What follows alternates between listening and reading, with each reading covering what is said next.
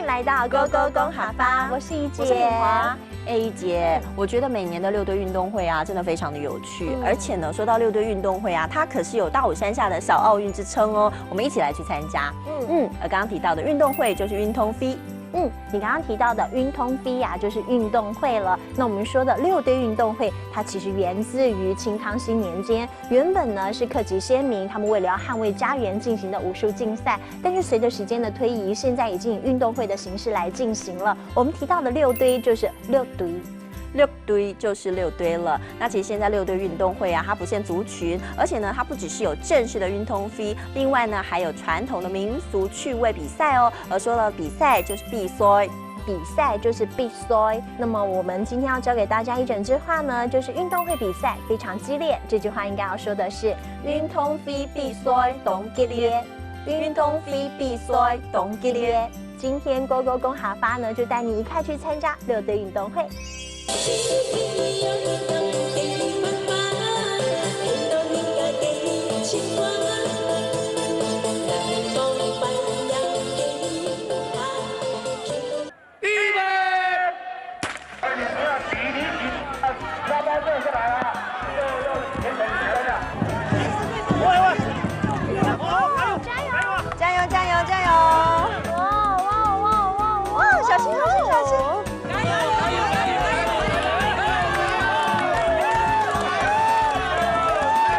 姐，刚刚的比赛同激烈嘞。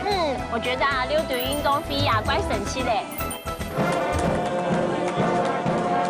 冠军是我们朱田香，我们第组队朱田香，由秘书来授奖。我觉得这个6堆运动会真的是太棒了，太刺激了。而且很热闹哦，活动本身也很有趣呢。今天赶紧帮大家复习的客家话呢，先复习的呢就是6堆喽。6堆运动会的6堆就叫做6堆。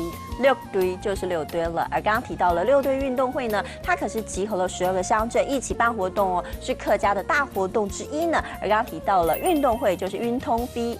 运通飞就是运动会了，而在运通飞上面呢，每一项比赛大家都卯足了全力哦。比赛就是比赛，比赛就是比赛了，没错。今天最后帮大家复习的一整句话呢，就是运动会比赛非常激烈。这句话应该要说的是运通飞比赛同激烈，运通飞比赛同激烈。今天 Go Go 公哈巴带你好好运动了一下喽，我们下次见，拜拜。